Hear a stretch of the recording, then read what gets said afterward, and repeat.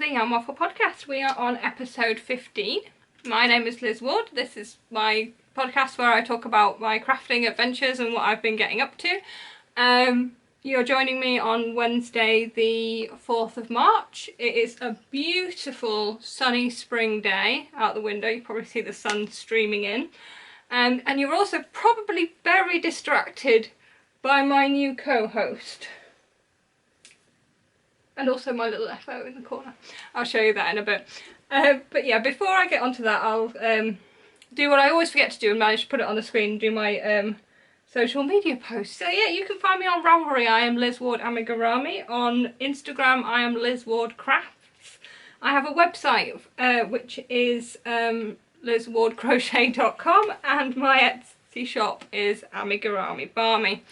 And yeah, today we are joined with our new co-host, who you've all been waiting to meet and to see and to know what she's called.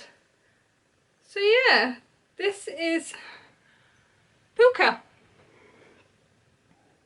and she is a 9-week-old silver Bengal kitten, and she is absolutely adorable. She's only been here, this is her second full day here. She's yeah, she's pretty chilled out, to be honest. She's a very happy little cat. Now, normally when you get Bengal kittens, you get them at 12 weeks, so they're a lot bigger. They look more like little teenage cats than actual kittens. But the breeder I went with, we decided for me to be able to adopt Puka at a younger age, just so that there was a chance of Cal accepting her more. Because, I don't know, if you've watched this podcast from the start, you know that my other Bengal cat and, well, my two Bengal cats, one of which I've lost, fell out when I moved to this house, and there were some challenges, and I really didn't think that Cal would accept an older cat coming into the house. Yeah, Puka has gone straight for the tripod and is shaking you, so she already knows what her job is to do. So yeah, so I made the decision to adopt a kitten, and I went to a breeder who, sorry, it's very distracting, she's hilarious, and she's right in front of the camera. If I can, I'll just, yep, there's a cat bum for you. Yeah, so I went to a breeder who specialises in Bengals, and yeah, she socialises her kittens really, really well. The house is full of cats, which is a bit mad, but also amazing. And yeah, they're not scared of anything. Puka's not scared of anything. Definitely not the tripod. If you are shaking slightly, that is because that is what she is doing right now. Okay, this is going well. Yeah, so I was able to pick Puka out from the litter when she was born. She was actually born on Christmas Day. And yeah, so she is 9 weeks old today, just over. She is tiny, even for a 9-week-old kitten standard. Yeah, she has been a bit of a fussy eater, so she hasn't exactly been putting on as much weight as we would have liked, but I decided to take her now anyway, because I'm confident that I can get her eating. And she's eating absolutely fine. She's only been here 2 days, she's not been stressed by it at all, and she's eaten her own body weight. She was a little bit sick this morning just because she did eat quite so much yesterday. But yeah, she's going to be here with me every week, or whenever I record, and Cal will be joining us as well. Cal is still unsure. I was going to go through a slow introduction process, but she was so calm and so relaxed that I started that process yesterday. And Cal has been hissing at her a bit, but really not showing any bad signs of aggression. I mean, it's natural for cats to hiss at someone who smells weird and is different, but if anything, Cal's acting a little bit scared of this terrifying monster. You are terrifying. So yeah, thank you to everyone who entered the giveaway to guess this little girl's name. No one got it right, and I guess I'm not surprised at that. Puka is quite a strange name. I did cast the net very wide, asking friends and anyone pretty much for suggestions. And it was my friend Erica who first suggested the name Puka. She's from Latvia, and in Latvia it's pretty much the same as saying Moggy. So it's just like cat, which I kind of liked, the whole breakfast at Tiffany's type thing. Call a cat a cat. But also it was a name that sort of pinged in my head just as a name that I'd heard before and I really liked. And I did some research, and it's actually the name of the little dog in the cartoon adaptation of Anastasia. Her little dog is called Puka, which is not surprising because in Russian it means fluffy. And then I did a little bit more digging, and I found that it's also, this is how I'd heard the word before, because I listened to an audio podcast called Law, which is about like superstitions and ghouls and ghosts and stuff, but actually the real stories behind them and digging into them and finding out what they are or are not or whatnot. It's like the human stories behind them. It's a really good podcast. It became an Amazon TV series. I think there's been 2 seasons of it. Definitely worth a watch. But yeah, so the Law podcast, it talks a lot about folklore and spirits and imps and stuff like that, and one of those, which I think is more Irish than UK, is a puka. And technically it is like a pixie or an imp, and it means neither good nor bad, but pretty much a creature of mischief. And as we can also see, so I personally thought that suited her perfectly. If you're long-time watchers of the podcast, you'll know that what I really missed when I lost Cassie was just the quietness in the house and the lack of chaos. So I thought we'd get a little imp, a little pixie, and get some more chaos back again. She's literally just gone to sleep. I'll see if she'll go back on her sofa. She prefers to sleep on me rather than on anything else, so she'll probably wake up again now. Yeah, she just wants to be on me, I think. Which might make the next part difficult, but she might go on my shoulder. Oops, sorry. Want to go up there?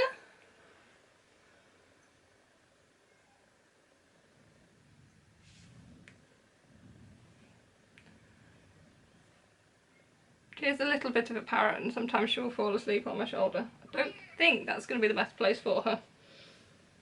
This might be tricky, but yeah, she is tiny, but she'll grow, and she is a silver Bengal. So you can see she's like the surface of the moon. Aren't you, my little moon fae? So yeah, I'm not entirely sure how we're going to make this work, but we'll make it work. I'll put her on my knee. You won't be able to see her, but she'll be happy. Or not, she is wandering off. And she's sat down there now. Okay, so let's get into, after 10 minutes of me rambling on, let's get into actual podcast content.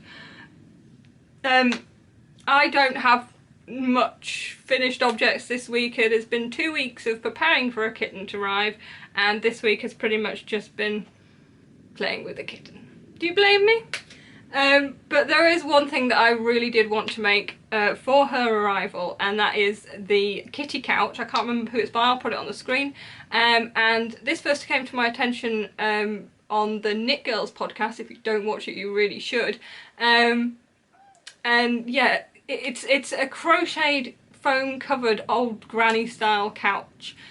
And I took one look at it and I was like, well, that's ridiculous. I'm never making that. And then they showed, I think, 2 or 3 pictures of cats sitting on the couch, and I was like, yes, I need to make that right away. Right now, thank you.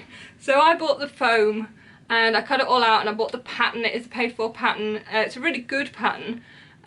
But obviously with my crochet mojo being not where I want it to be, it never got covered.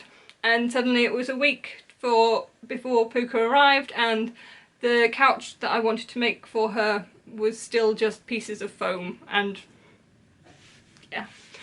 So someone suggested I cover it in fabric, which is what I've done. So the first finished object is a sewing finished object.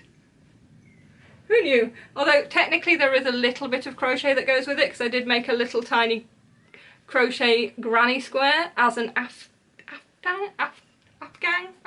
blanket. It's a blanket. Yeah, so this is just a 2-colour granny square that I made as a blanket that went on it, and then there's some crab stitch around the outside. If you've never tried crab stitch before, it's a words. It is a crochet stitch where you are moving backwards rather than forwards. So it sort of binds and twists and gives you this really lovely edge. I don't know if you can see that nicely, that's focusing nicely there. So yeah, so let me show you.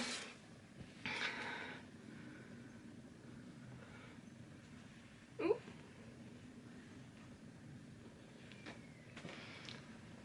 So yeah, this is the kitty couch. And Puka might just relax and she might just cry. This is some fabric that I picked up in my local boys shop, which is sort of a small sort of department shop. They do sell some nice fabrics though, and this is proper upholstery fabric. That's probably not wise, Puka. Yeah, you sit on the back of a sofa like a cat does. It's a good girl. Whoops.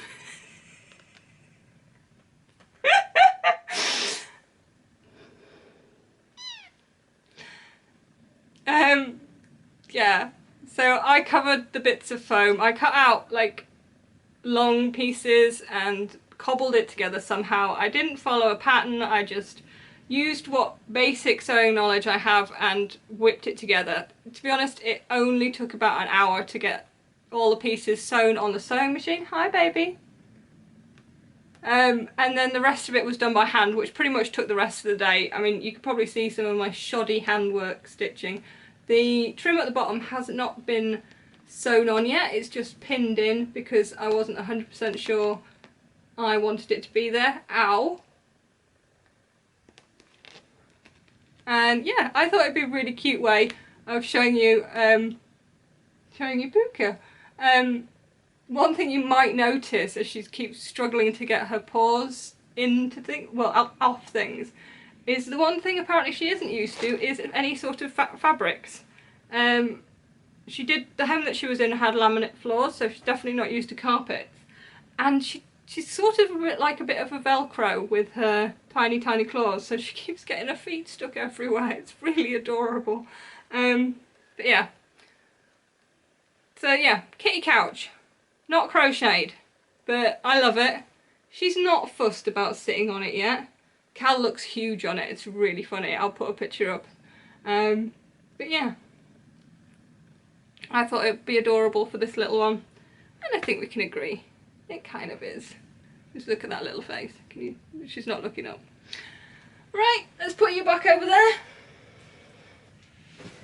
Right, I'm going to try and sort of leave her to her own devices now. I don't know how that'll work while we actually sort of crack on with the content in general. Okay, finished object number 2. I definitely have 2. And I finished the Mosaic knitting hat that I was working on in the last episode.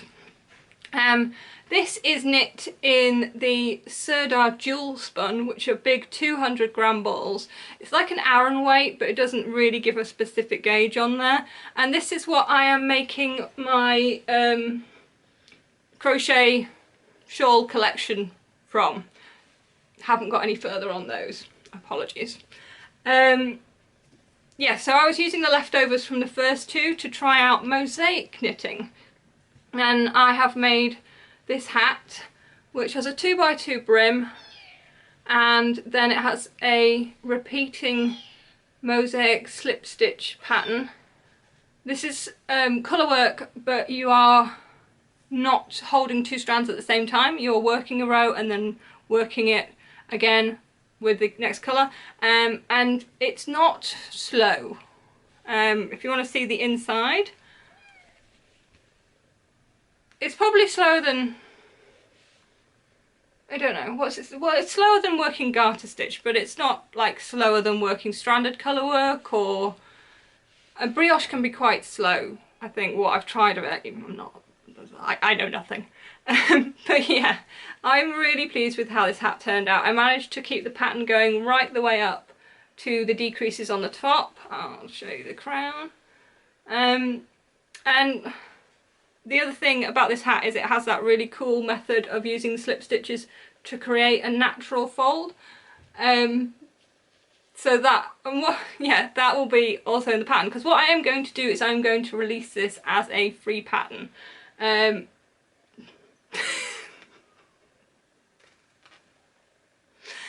I knew this episode was going to be chaos. Hey baby. So I will try this on. Yeah.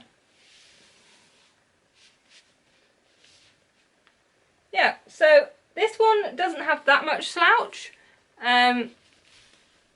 You can add another repeat in if you want more slouch. It is sort of an Aran white hat, and with it being the mosaic knitting, it's quite dense, so it's not going to slouch that much. I would love to try making one of these in a hand spun yarn, but spinning wheel or spinning yarn is a bit in my future yet. But yeah, I would really love to see how it worked up in that, just because if you had two sort of skeins of hand spun, you could really show them off well in this. And yeah, I'm just really chuffed with it. It's a lovely hat.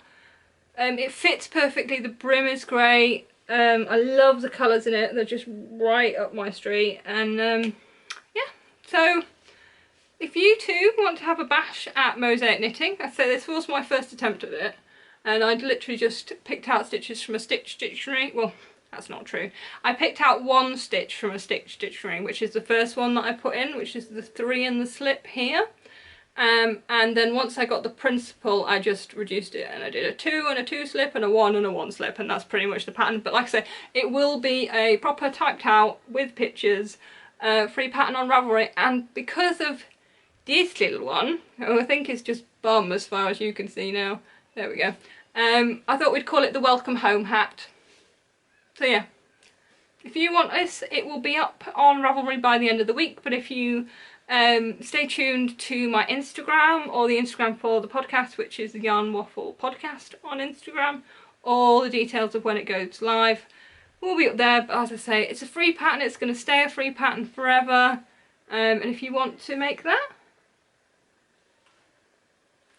yeah, I would thoroughly recommend giving it a go.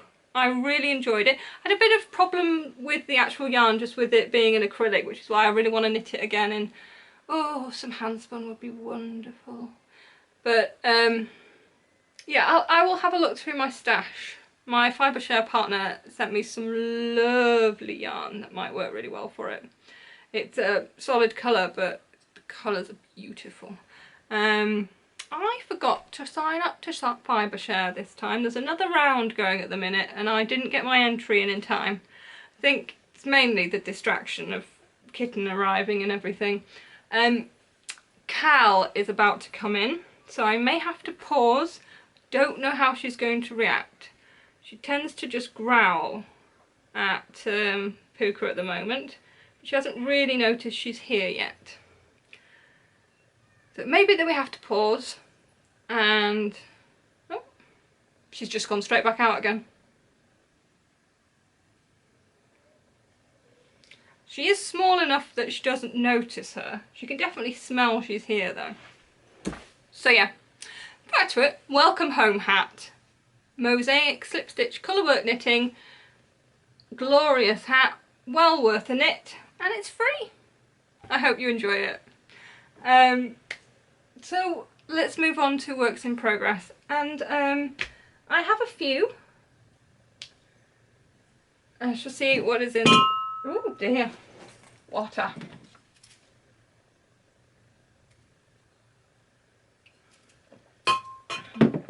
It distracted me, so I had to have a glass of water.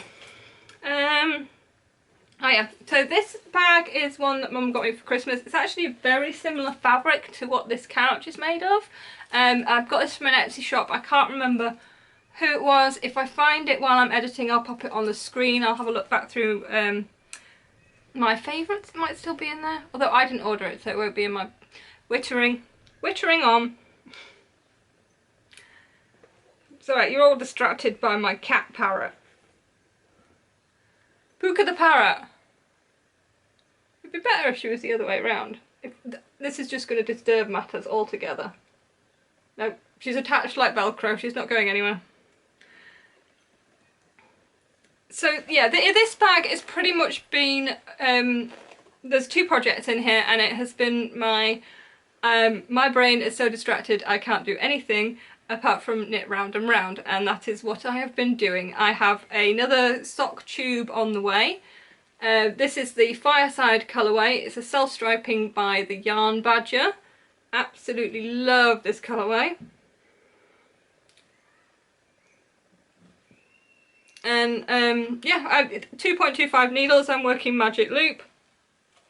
And all I'm going to do, I've already knit a pair of socks in this. I knit a pair of Christmas socks. So this is what is left over of the 100 grams. It is absolutely beautiful. The colours in it are amazing. I'll just get that closer so you can see. Yeah, look at those colours. So yeah, I will just continue knitting this until I've knit all the yarn that is left, and then I will see how much I've got and turn that into a pair of socks by adding in an afterthought heel, toe and cuffs in a contrast colour. And I think I ordered something like a rusty orange as a contrast colour, so I think that'll be quite nice, because it's not, these ones aren't going to be Christmas socks. They may end up going in the pile of socks for Mum's birthday. I think there's only 1 pair in there, and her birthday is on the 18th. I have another half sock, but I've lost it. So I haven't cast on the other one because I'm not 100% sure if I did 1x1 rib or 2x2 rib, and yet I always do 2x2 rib. What are the chances if I cast that on that sock I did 1x1 rib? It'll get found.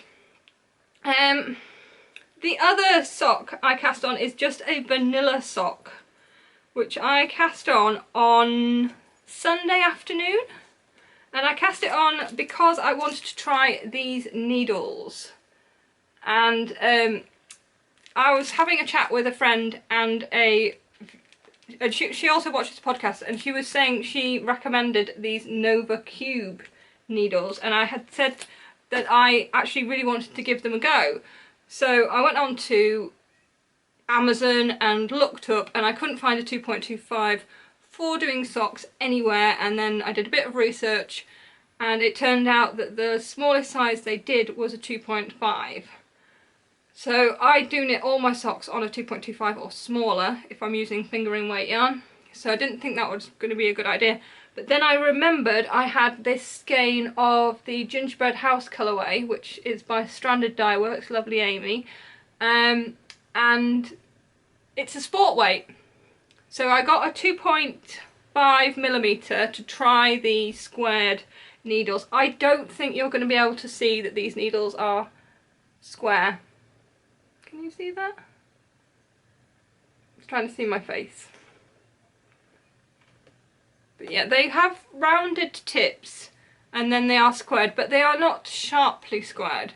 I didn't know how I was going to get on with them. I've loved knitting on them. This sock has flown off the needles, mainly because I've got a tiny kitten on my knee, I can't move, I might as well just sit and knit on something I don't have to think about. But yeah, I did a 2x2 rib, I think I did 15 rows, and then I just worked down the sock. I love how this is very vibrant with the colour. I think I've seen some of the 4-ply knitted up in this, and the word wishy-washy is wrong. More muted, I suppose, would be the way, but when I started with this I was like, oh, it's really popping with the colour. It's absolutely beautiful. And because this is going in my Christmas box of socks and it's special yarn, I wanted to give it a special heel. So I have done the Eye of Partridge heel from Hermione's Everyday Socks. I did a modified garter tab down the side, which you can't really see because I only did 2 stitches rather than the 3 it has in the pattern. It is a free pattern, I totally recommend it, it's such a great pattern. But yeah, so I'm past the decreases, probably only about an inch to go before I start the toe on the first sock. So that's not a bad amount of knitting, but again it is sport weight, so it's only 50, 58 stitches rather than 64, but it's going to fit fine.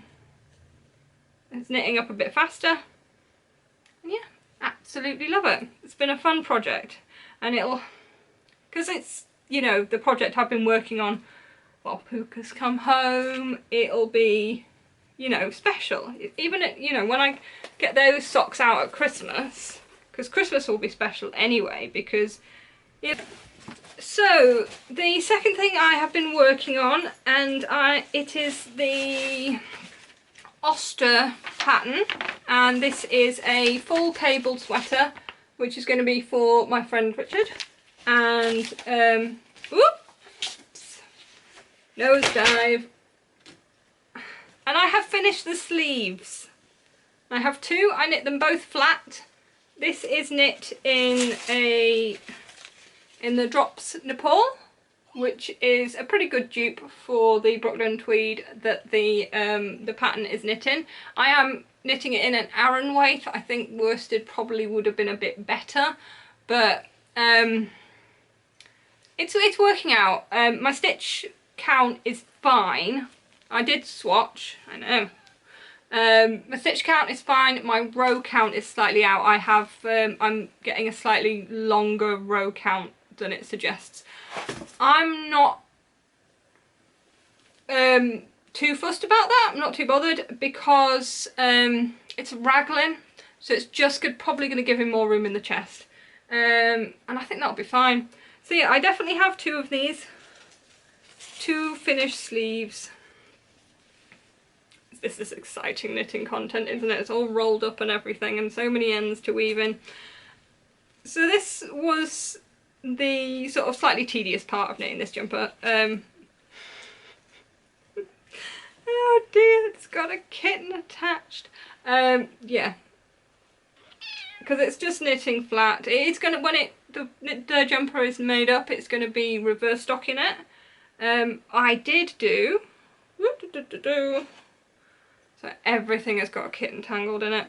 I did do a tubular cast on for both cuffs, and I really like that. It's the first time I've ever done the tubular cast on properly, or at all. And yeah, so those are both cast off, and now I have to cast on for the body of the sweater. It does suggest knitting it flat. I have decided to knit it in the round, just because this is the cable pattern from the sweater. I tested it out and knit a hat in it, and I absolutely loved it. And of course I knit this in the round, and so I want to knit at least as much as possible of the body of the sweater in the round. And I've got as far as doing a provisional cast on, and that's as far as I've got. Because this doesn't look like a lot of stitches. When you do a tubular bind off, you only cast on half the number of stitches, which is kind of one of the good things about it. The 4 rows you have to do after that before you start any actual knitting of the pattern. Bit not. But yeah, because it has this cable pattern, I don't know if you can see it on this hat, this is quite a good example actually. The cables, I just did a 2x2 rib on this hat and then went into the cable pattern. On the sweater, that cable pattern is going to run into the rib. And obviously there's different sizes and whatnot. You're making yourself known.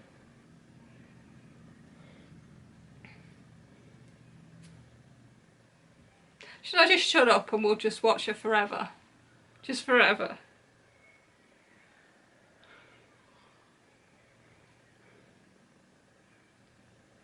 She's my little shadow moon. She follows me everywhere. I can't believe she's only been in the house 2 days. She's just... I mean, have you ever met a cat kitten this chilled out and just, yeah. She's a good lass, aren't you, Puka? She's also starting to talk. She was very quiet the first afternoon that I brought her home. But yeah, she started doing little squeaks and talking at me. And I was like, oh, well, she's not going to be just like Cassie. But she's going to be a very special cat. Can I please talk about knitting? No. No. This podcast was always going to be derailed. But yes, so with the Auster sweater, I'm knitting it in the round, so I've got to put those two, the front and back, together, and then I have to take out the salvage edge, which would be where it's sewn up, and also I think there's like a bit of seed stitch or moss stitch on the side, which isn't in pattern, which just will, to give you that bit to make it into different sizes. So there is a lot of sitting down and working out what the actual cable pattern is, and I need to do that. I could probably do the first few rows of the twisted cast on and get it to that 1x1 stage, but after that I need to get it into its proper formation, which is going to take more brain space than I currently have. But it is not meant to be a quick project. It is meant to be a lovely, slow, fun, yeah. Put it this way, he's not expecting it before at least this winter. Oh my god, I love this cable pattern. Can we just? I kind of really want to knit myself another hat. Oh, thank you to everyone who commented on the podcast last week. And someone new had found the podcast. I think her name is Rosie.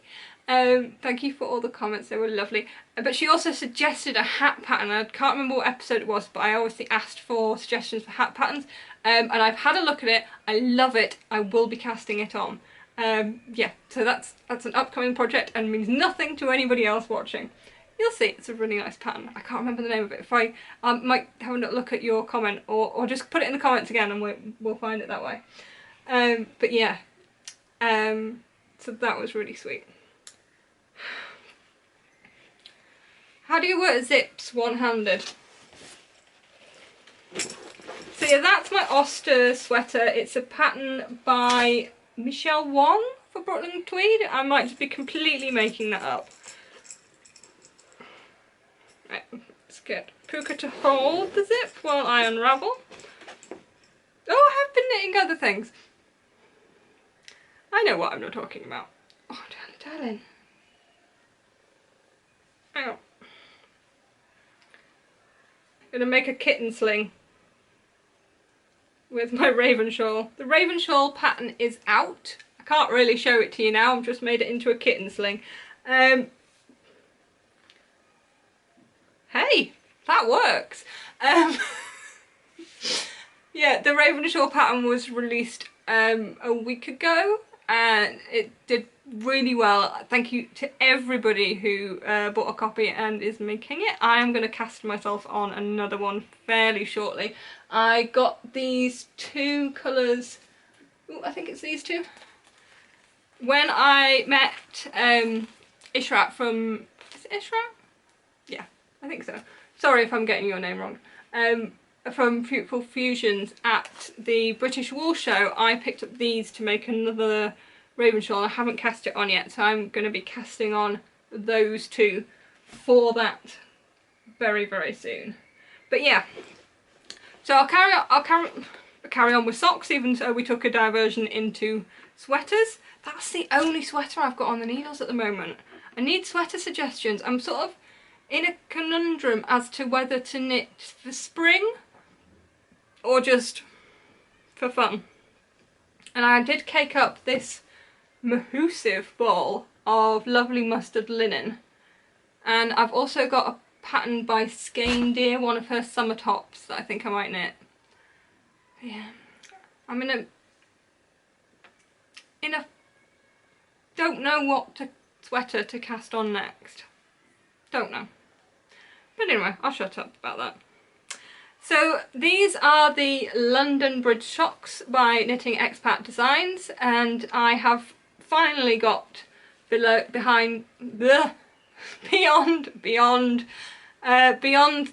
toe. Shall I give up? No. Battle through. She keeps squeaking at me. It's so distracting. Yeah, I did a short row heel in this contrast red that is a yarn that I dyed up. It's kind of like a vintage looking red, and I think it goes really well with this yarn. This yarn is a 3-year-old Christmas colourway by Dusty Dimples, and I absolutely love it. I cannot remember what it was called. I think it's lucky if I remember anything at the moment, and I probably say I can't remember things far too often. But yeah, that was just another top that I picked up, and as I'd done the heel, it's in one of my current works in progress bag. There is also some lovely Lily of the Valley soap in here. It's just a little tiny one, but it keeps everything smelling gorgeous. So the final work in progress, knitting work in progress, I do have one crochet thing to share with you, is a little glove. Hello, hello. A while ago I promised the granddaughter of Chris, who I work with, a pair of gloves. She has a hat that I made that she absolutely adores, and I said I would make her some gloves just because I'm still testing out my glove pattern. But I was slightly worried that, I think she's only 4, 5, should be 5 this year probably, that I couldn't get it to go down quite so far. And also I wasn't 100% sure what yarn to use. And this I found while I was doing one of my mitered square blankets. I did a square of this, and I thought that might be perfect for little kiddie gloves, because who doesn't want rainbow fingers? I want rainbow fingers. This is a self-striping I got from Spring Into Wool 2 years ago. I cannot remember the dyer. Maybe I should put a counter in for when I say cannot remember. If anybody recognises it, please let me know, because I would love to credit the dyer for this. It is amazing yarn. I have even gone back and looked at like the plan, because I was like, I can think in my head it was like in the second haul, in the middle aisle, and it was the only self-striping I could find, but no, I haven't been able to find it. But yeah, it's pretty cute. So obviously I can't show you I can't try this on because it's far too wee for my hand. But yeah, I haven't cast on the second one yet, just because of distractions. Can you still see her? Poke her head out. Yeah, but yeah, I have finished one little child's glove, and I think they look amazing. So yeah, that is pretty much all my knitting for this week. It's not masses, and that is because I have been tidying the house and getting ready for this one arriving. There are no acquisitions this week. I don't think I've got anything new. I am waiting for a delivery from Wool Warehouse, but it'll probably turn up tomorrow.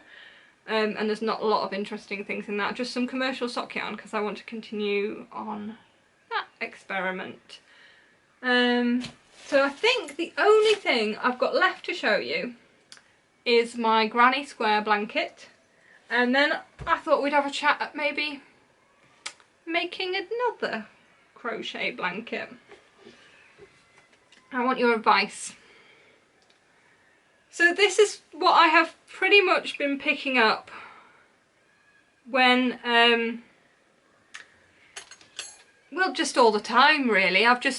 It's sat next to me downstairs now, so it's the easiest thing to pick up. And I have finished, the last time, it might have been about a month ago, was the last time I showed it. Just proper sleepy now. Yeah, it might have been about a month ago the last time I showed it, and I had just caked up a new magic loop ball. Magic knot ball. Yeah, words just are not happening, but it's fine. We're there. We're nearly at the end. We're getting through it. The craziness that is going to be kitten podcasting is happening. It's fine. But yeah, I'm just there. I am not one of those crocheters that ever worries about losing a few stitches.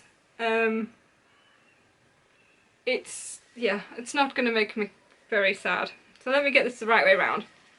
But yeah, so I had crocheted through a full magic knot ball since the last time I showed this, and I have now made up this magic knot ball, which will be the last. Once I have finished this ball, this blanket will be finished. So I have arranged this ball. So inside, the little secret right in the middle is the last of a self-striping grey and rainbow colour. And then I put a pack of my hand-dyed rainbows and the rainbow spotty. Some of these are still in my Etsy shop. I think they're still on sale as well. And then I just put some random ones on. So you can see where the rainbow spotty starts, and then it is all the colours of the rainbow, and then a self-striping yarn, which I don't have the sample of, but it is one I dyed, and it is rainbow and grey, alternate stripes. So every alternate stripe is grey, and then it's the colours of the rainbow in between, and there is enough. There is probably about 40 grams of that rainbow self-striping left in the centre of here, so that is going to be what borders the finished blanket, which I think will be really cute. So yeah, it's going to finish big rainbows. And so last time I showed this blanket, I always remember because I was on Kaylee's yarn, which is the York Makery yarn, but I just can't seem to find it right now. Ah, here. So yeah, so last time I showed this blanket, I was on this round here. So I have done that much, which looks nothing. But this blanket is getting huge. Definitely bigger than me. Yeah, I think it's fair to say it's grown since last time I showed it. It's my wingspan almost, not quite. So yeah, and by the time it's finished it'll probably be my wingspan, which for me is pretty good for a blanket. I did think about getting this finished for Puka, because Puka has I'm just not trusting the cats to be alone together too much yet. She has only been here 2 days, so she sleeps in her room by herself, so she has like a special room where she's got her bed and her food and her tray, and she knows where everything is. Yeah, so I did think about finishing this and putting it on the bed in there, but then I realised it's slightly silly, and also I put some vintage crochet blankets on, and her Velcro claws she was just like, it didn't work. So I'm kind of glad I didn't make it for her, because she would have pulled it all to pieces. But yeah, so this crochet blanket is nearly finished. And I thought, don't know if I have enough minis, because I'm doing my miter square blanket as well, and I have like lots of minis that I've used that I could use up in another blanket, but I think I want to do something different. But I definitely want to do another crochet blanket. And I was thinking about doing this one. So this is like a starburst blanket that is on the cover of this crochet book. Now, I have had this book for a while. It's a really good book. It's by DK. And I am completely biased because I did all the toy patterns for this book. But this blanket that's on the cover I have loved since I got it. And there is also another blanket which is closer together squares. That is kind of a granny square blanket, and it is baby. But yeah, the flower one, the one that's on the cover, is like that. Not 100% sure Hang on, I'm trying to get this in show focus but not show you the pattern. So yeah, I am not 100% keen on the way they have joined it. I think I would do that differently because it makes it quite open. I don't know if you can see that. It's probably been done as a join as you go method. But yeah, it's like a starburst blanket, and it's using a textured stitch. So like a puff stitch or a popcorn stitch, I'm not sure which one, I haven't actually read it. And this has been knit in, it doesn't say what yarn. It does say it's a popcorn stitch. Oh, and a puff stitch. Of course it does. But it doesn't say what yarn, it just says a DK yarn and, you know, use oddments. I think it would need to be wool. I did think about using up like lots of cotton oddments, but it would need to be wool. And I think I have quite a lot of woolly wool, you know, plain colours. But I kind of like the idea of doing that blanket. What do you think? So yeah, so let me know. If you have any suggestions of any other crochet blankets, please leave those in the comments. And yeah, hopefully by next episode I will have that one finished and be looking at a new one to get on the hook. And I suppose I should show you something that I made in here. So if it is a great book, this, and most of the toy patterns in here I did. It's my ragdoll. I loved her. So it's an old book now, and I think I've even seen it in like discount bookshops, but I still probably shouldn't show off all the patterns. Polar bear, I did that one. And the bunny, I liked that one, but I wasn't happy about it because they changed its face. They made it too happy. Sometimes happens when you send things off to editors. And I did finger puppets. Would help if I show you. Finger puppets. That might be everything I did. Did I not do like a bear as well? I'm fairly sure there was a bear as well, but I can't see that in there. But yeah, it's a really, really good crochet book. It's got really lots of good technique in it. And I'm thinking I might do this blanket, but let me know what you think. Comment below, and while you're there, give this episode a like because it's been crazy, and subscribe if you don't already subscribe. But yeah, so I'll try and put her back on there. I don't think she's going to stop there, but she is a bit sleepy, so she might. Are you going to just sleep? Look at her mucky face. So the only thing left to do, because there's no acquisitions at all this week, is to announce the winner of the giveaway. Thank you to everybody who entered. Sorry, I'm just leaning forward because I have it on my Excel spreadsheet here. I had 28 entries over the podcast and on Instagram. Most people thought she was going to be called Luna.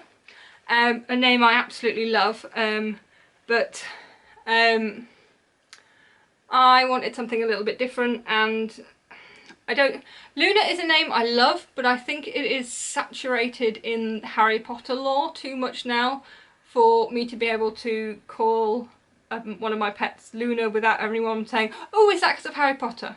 Which I have mixed feelings about. I am not a Harry Potter hater. I absolutely love Harry Potter. However, the merchandise side of Harry Potter has kind of taken over like some of the historical parts of York where I live.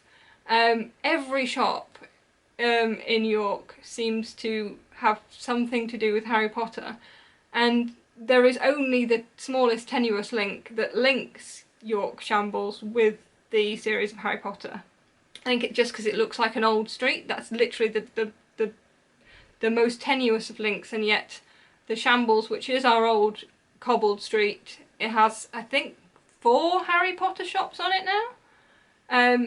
So that grates my teeth slightly. I mean, I know independent businesses have to do whatever they can to survive, but can the world of Harry Potter really support so much merch? I mean obviously it can at the moment, all those shops seem to be doing really well.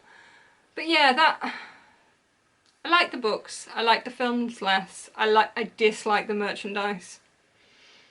I really do. I wouldn't, you know, there are yarn colourways and things out there that are named after Harry Potter, and it wouldn't tempt me to buy them. I would only buy them if I liked the colour. I know that I don't know whether, I'm waffling, I'll shut up. So yeah, I wouldn't have gone for a name that had such Harry Potter connotations. Although she is a little moon fae, and I understand why many people said Luna. There was a lady who said a name that almost made me change my mind about Puka, and she guessed the name Foxen, which is, I don't know if it is the case, and completely going against what I said about like names from franchises. To me, the name Foxen comes from the book A Slow Regard of Silent Things from Patrick Rothfuss. Brilliant series of books, the Kingkiller Chronicles and the spin-off one about Ayuri. Ayuri was another name that I did consider for her, but yeah, she's stuck being a little Puka, a little mischievous pixie. Look at her, the most frightening thing ever. You see her foot stuck up in the air. Yes, so thank you for everyone that entered. What I really enjoyed actually was reading all the comments and all the suggestions, and I did think it was really funny that everyone thought it was going to be Luna. Yeah, no, she's Puka, and she is as much of an individual as her name. Yes, so the winner. I put all the names into an Excel spreadsheet, and I have done a random number generator this morning, which gave me number 8, and I did take a screenshot of it, which I'll put on the screen if I can, only because I know the person who won won't believe she actually won by chance, but you did, and that's Helen. And Helen is a viewer of the podcast. She's actually the lady who was telling me about the cubics and needles. She lives in New York, and yeah, she's been watching since the beginning. You know who you are, Helen, and I will send your prize package your way. You don't need to get in touch with me. I will send it on. Yeah, so what you have won, if you don't always remember, is this beautiful Moon and Stars bag that I made for you, and this beautiful yarn by Fruitful Fusions, and the stitch markers by Yarn Story. So yeah, I will get those to you. Don't you worry about that. And I'm so pleased you won. It was honestly completely random. Yeah. So well done, Helen. I hope you love those things. So yeah, I'm going to wrap it up because I'm about to hit the next half an hour point, and it'll make it an awful lot easier to edit. Okay, well that didn't work. The camera just completely died.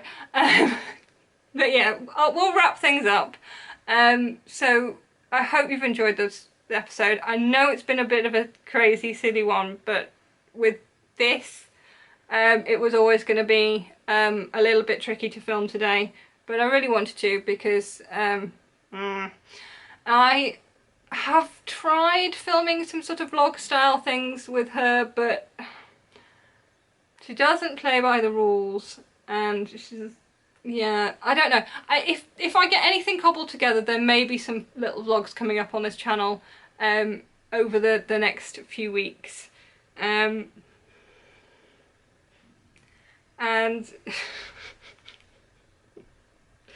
Puka, are you adorable? Yeah.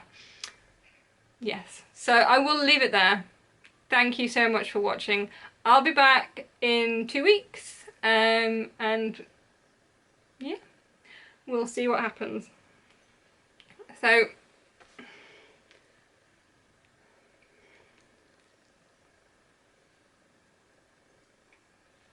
Alright, Squeaky? She doesn't want to look at the camera because she likes looking at me.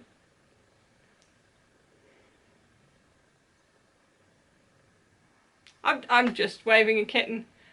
Let's enjoy this day where she can fit in my hand, because it will not last for a long time.